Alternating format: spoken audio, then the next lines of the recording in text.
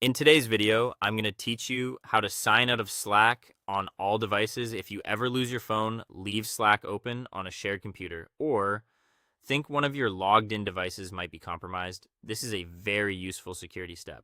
Slack gives you a way to revoke your active sessions in one place so you do not have to manually sign out on every phone, browser, or desktop app one by one. One important thing to keep in mind is that this process signs you out everywhere else, but usually keeps the browser session you are currently using active until you choose to sign out of it yourself. To begin, open Slack in a desktop web browser and sign in to your workspace. Once you are inside Slack, look to the navigation area on the left side of the screen. Click your profile picture or the U section near the bottom of that sidebar. From the menu that appears, choose Profile.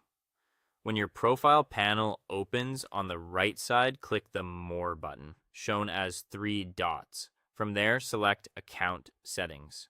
Slack will open your account settings in a new browser tab, so give that page a moment to fully load before continuing. Once you are on the settings page, scroll down through the account options until you find the section labeled Sign Out of All Other Sessions.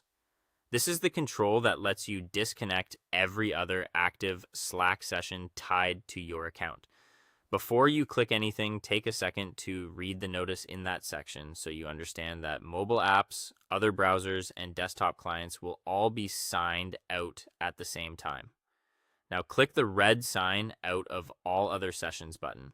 Slack will then show a confirmation prompt to make sure you want to continue. If prompted, enter your password in the field provided. After that, click the confirmation button labeled Sign out of all other sessions to complete the action. At this point, Slack will revoke those other active sessions, and any other devices using your account should be returned to the login screen. This is a good moment to pause and make sure the change has gone through successfully. Finally, if you also want to sign out of the browser session you are currently using, go back to the main Slack web app tab. Click your profile picture in the left sidebar again, then choose the sign out option for the